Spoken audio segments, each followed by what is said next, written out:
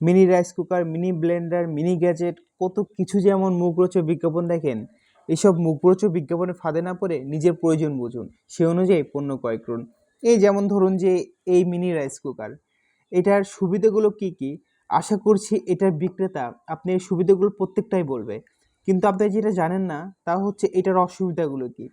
আসুন দেখে এর অসুবিধাগুলো কি। এটাতে মাল্টিপারপাস কাজ করা যায়, এটা সত্য, কিন্তু এর ফাংশনালিটি আপনাকে বুঝতে হবে।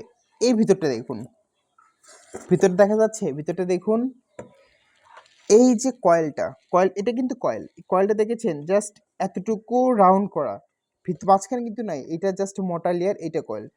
এই কয়েলটা যখন গরম হয় তখন এই পাশে এই 4-5টা সুন্দর গরম হয়, কিন্তু এই মাঝখানে কিন্তু গরম হতে চায় না। আর এইগুলোতে গরম তো অনেক দেরিতে হয়।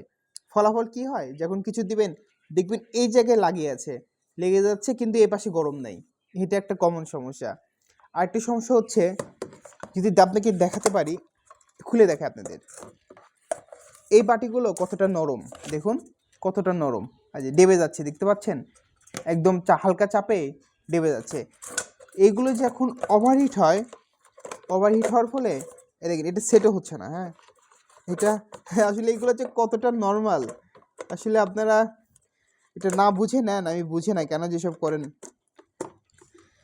যখন এগুলো ওভারহিট হয় তখন এইগুলো, এই বাটিগুলোয় পাকা হয়ে যায়, এই শেপগুলো নষ্ট হয়ে যায়। এই যে শেপ দেখছেন, এই শেপগুলো নষ্ট হয়ে যায়। যখন এই শেপ নষ্ট হয়ে যাবে তখন আসলে অনেক ভাজি ঠিক মতো করতে পারবেন না। আরেকটি সমস্যা হচ্ছে এর নিগেল, ভালো করে দেখুন, নিগেল দেখতে পাচ্ছেন, এই নিগেলগুলো উঠে গেছে, কিন্তু এগুলো নিগেল অনেকটা উঠে গেছে। আপনি জানেন এই পুটিংটা আমাদের শরীরের জন্য কতটা ক্ষতিকর? প্রচণ্ড রকমের ক্ষতিকর। এটা অনেক ভালো ভালো ব্র্যান্ডের গুলোতেও এইগুলো পুটিং উঠে যায়। আসলে চাইনিজ প্রোডাক্ট হোক আর ভালো ব্র্যান্ডের প্রোডাক্ট হোক, এই কোর প্রোডাক্ট, নিগেলওয়ালা প্রোডাক্টগুলো কিনতেই হয় না। এসএসসি জিনিস ব্যবহার করুন, অনেক ভালো হবে, এগুলোই ব্যবহার করাতে বিরত থাকুন। তো এটা হলো সমস্যা। আর একটা কমন সমস্যা হয়, এটা অবশ্য সব রাইস কুকারই হয়, এই যে এই প্লাগইনটা পুড়ে যায়, এটা হলো কমন সমস্যা। কিন্তু এইগুলো চাইনিজ প্রোডাক্টে এই সমস্যা আরও বেশি হয়, কারণ এইগুলো একদম লো গ্রেডের থাকে। দেখবেন যে হয় এটা পুড়ে গেছে, না এটা পুড়ে গেছে, এরকম নানা রকম সমস্যা হয়। এটা একটা কাস্টমারের, সে নিয়ে এসেছে আমাদের কাছে যে ভাই দেখেন কী অবস্থা, দেখেন, দেখেছেন কী অবস্থা, এই হলো অবস্থা। এইগুলা এখানে পুড়ে গেছে, শর্ট হয়ে গেছে।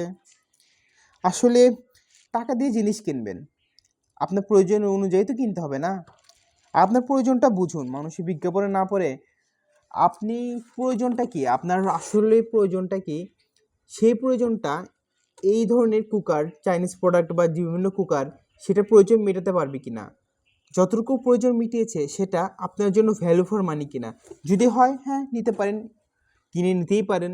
আর যদি ভ্যালু ফর মানি না হয়, অথবা আপনার প্রয়োজন মেটাতে না পারে, তাহলে দয়া করে মুখরোচক বিজ্ঞাপনে না পড়ে এগুলো পণ্য থেকে বয়কট করুন, এগুলো নিয়েন না।